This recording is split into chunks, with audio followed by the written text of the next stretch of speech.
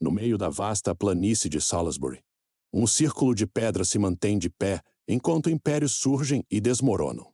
Os ventos passam, os séculos passam, mas ele continua ali.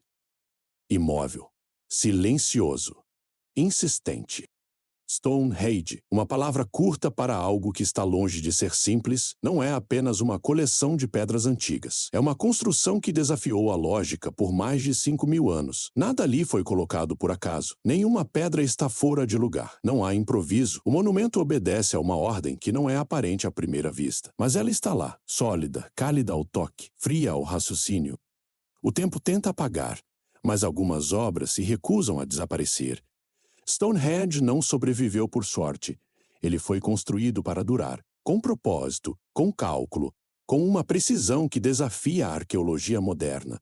Quem o construiu não deixou palavras, mas deixou alinhamentos astronômicos, geometrias exatas, vestígios de ritual e morte. E tudo isso continua ali, esperando que a humanidade volte os olhos para ele, com atenção real, com escuta verdadeira. Este vídeo não é sobre teorias, nem sobre mitos, é sobre fatos. Sobre estudos sérios que, pouco a pouco, estão revelando não só o que é Stonehenge era, mas o que ele representava para uma civilização inteira. Um ponto de convergência entre ciência e crença. Um eixo entre o céu e a terra. Se você sente que há mais na história da humanidade do que os livros tradicionais revelam, você está no lugar certo. Inscreva-se, porque a cada nova camada descoberta, uma nova peça do quebra-cabeça se encaixa. E a história de Stonehenge está longe de ter sido concluída. A primeira fase de Stonehenge começou por volta de 3100 a.C., quando um simples círculo de terra foi escavado com ferramentas rudimentares de osso e pedra. Era um espaço marcado, um perímetro ritualístico. Mas essa marca inicial era apenas o início de algo maior, muito maior. O projeto cresceu em complexidade por quase 1.500 anos. O que começou como uma vala cerimonial foi se transformando num dos projetos mais ambiciosos da história pré-histórica europeia. Um anel de pedras azuis foi instalado ali por volta de 2.500 a.C. Elas pesam entre 2 e 4 toneladas e vieram das montanhas Preseli, no atual país de Gales, a mais de 250 quilômetros de distância. Hoje, mesmo com toda a tecnologia disponível, mover pedras dessa magnitude por esse trajeto seria um desafio logístico. Naquela época, o feito parece quase inverossímil.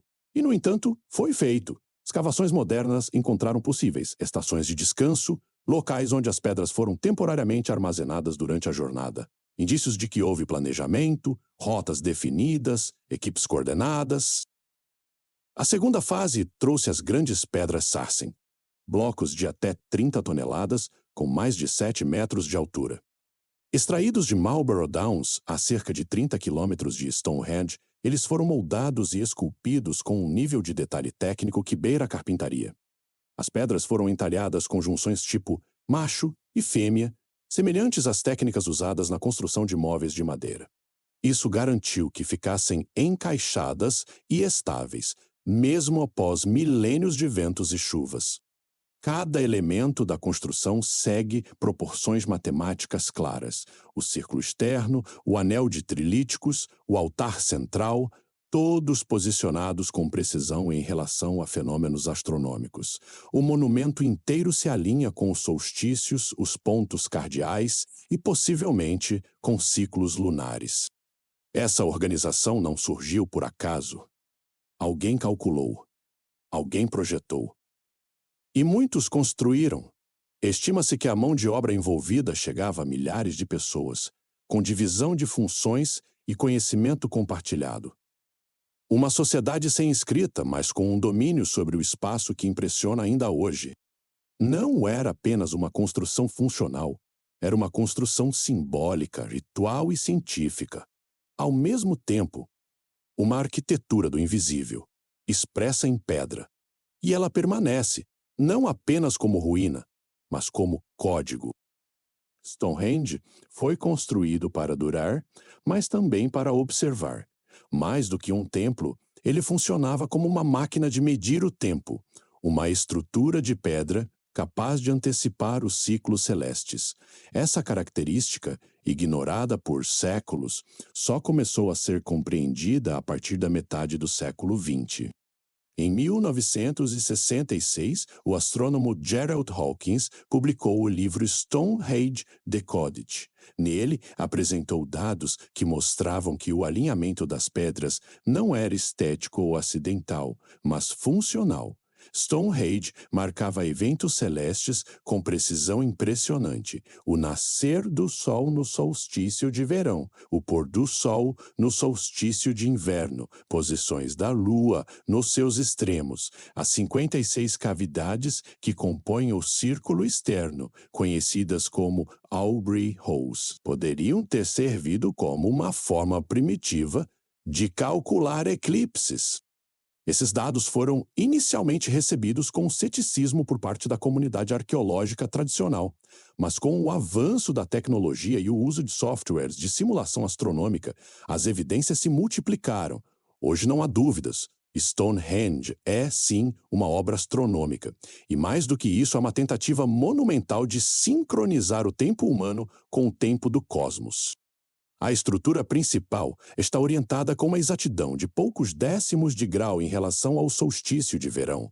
No dia mais longo do ano, o Sol nasce exatamente atrás da Hill Stone, uma pedra solitária situada fora do círculo, e sua luz atravessa o centro do monumento, iluminando o altar central.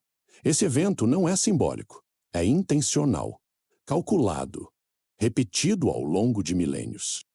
Estudos recentes feitos com tecnologia LIDAR, radar de mapeamento por laser, revelaram que essa preocupação com o alinhamento se estendia à paisagem ao redor. As avenidas cerimoniais, os círculos de pedras menores, até as valas e fossos próximos a Stonehenge, seguem padrões geométricos e astronômicos. Não se trata de caos ritualístico, é uma arquitetura pensada com exatidão matemática. O arqueólogo Vince Gaffney, da Universidade de Birmingham, liderou um dos mais extensos estudos geofísicos da área. Seu projeto mapeou estruturas até então invisíveis sob o solo. Túmulos, monumentos circulares, avenidas esquecidas, tudo apontava para uma mesma conclusão. Stonehenge não era um monumento isolado, era o centro de um sistema. Um observatório integrado à paisagem, um código esculpido na terra e no céu. A cultura que o construiu compreendia os ciclos naturais com profundidade. Entendia que tempo e espaço estavam conectados. Que os céus não eram apenas uma decoração distante, mas um reflexo da ordem que governava o mundo. Stonehenge não apenas observava o céu, ele conversava com ele. Stonehenge não era apenas uma máquina do tempo cósmica, era também um espaço de passagem, um portal entre estados de existência. O ciclo do Sol refletia o ciclo da vida. A luz que atravessava o monumento marcava mais do que estações. Marcava transições humanas. Nascimento, morte, renascimento.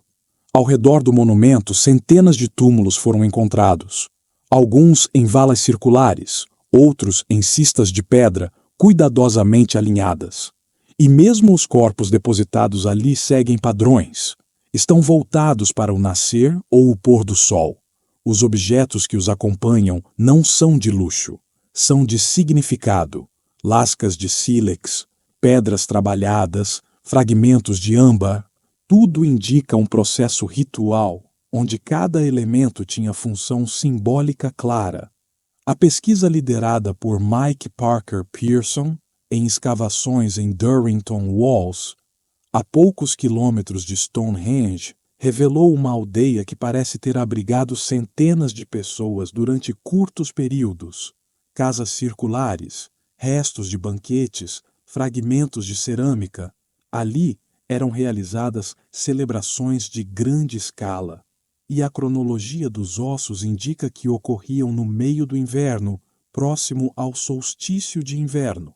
Essas pessoas vinham de longe. Análises isotópicas dos dentes revelam origens diversas, das terras altas da Escócia, das regiões costeiras da Cornualha, de partes distantes do país de Gales. Caminhavam dias, semanas, talvez meses, para chegar ao local. Era uma peregrinação, mas não para os vivos, era uma viagem para honrar os mortos. Os arqueólogos identificaram uma rota cerimonial que conectava Durrington Walls ao rio Avon. De lá, uma avenida levava a Stonehenge. Essa jornada física se conectava à jornada espiritual. Saía-se da madeira, símbolo da vida, para a pedra, símbolo da eternidade. Woodhenge, uma estrutura de pilares de madeira ao norte, e Stonehenge, de pedra, formavam dois polos de um mesmo eixo simbólico: vida e morte, o transitório e o permanente. Os restos encontrados nas piras e fogueiras de Durrington Walls revelam banquetes rituais, porcos abatidos, em geral com menos de 1 ano de vida, preparados de forma cerimonial, ossos quebrados propositalmente, marcas de cozimento coletivo, uma celebração da vida em honra aos que se foram, um rito de renovação. Stonehenge não era o fim, era o ápice, o momento de comunhão entre os vivos e os mortos. A travessia era física, mas também metafísica. Cada solstício celebrava o renascimento da luz. Cada ritual reencenava a continuidade da existência. E as pedras, imóveis, guardavam o testemunho desses atos. Durante séculos, Stonehenge foi estudado como uma estrutura isolada, um círculo misterioso de pedras num campo vazio. Mas o solo abaixo da planície de Salisbury guarda uma outra história. Uma história que só começou a ser desenterrada nas últimas 2 décadas. E ela muda tudo. Entre 2010 e 2020, uma equipe liderada por arqueólogos das universidades de Birmingham e Viena realizou o mais ambicioso levantamento geofísico já feito na região. O projeto Stonehenge Hidden Landscapes utilizou sensores de radar de penetração no solo, magnetometria e escaneamento LIDAR para mapear centenas de hectares sem a necessidade de escavações destrutivas. O que encontraram revelou que o monumento de pedra é apenas uma peça de um sistema muito mais amplo.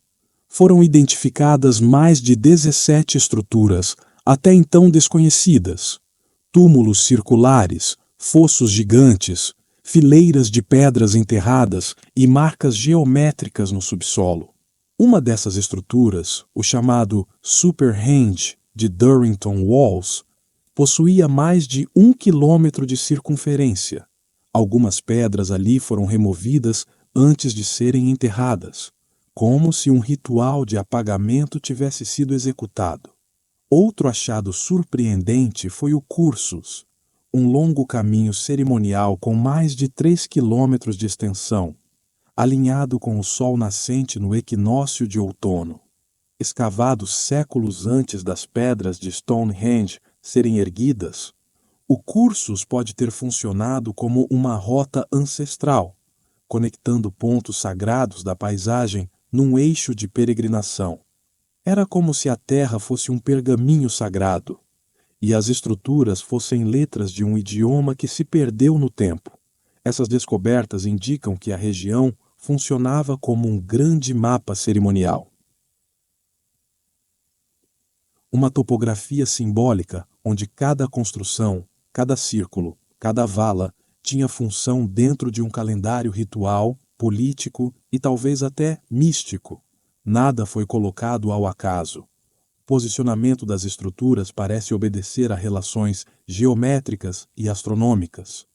Ângulos, distâncias, orientações que se repetem em diferentes escalas. Essa rede de monumentos, muitos ainda enterrados, cria um novo paradigma. Stonehenge não era um templo centralizado. Era o núcleo visível de uma vasta paisagem ritual.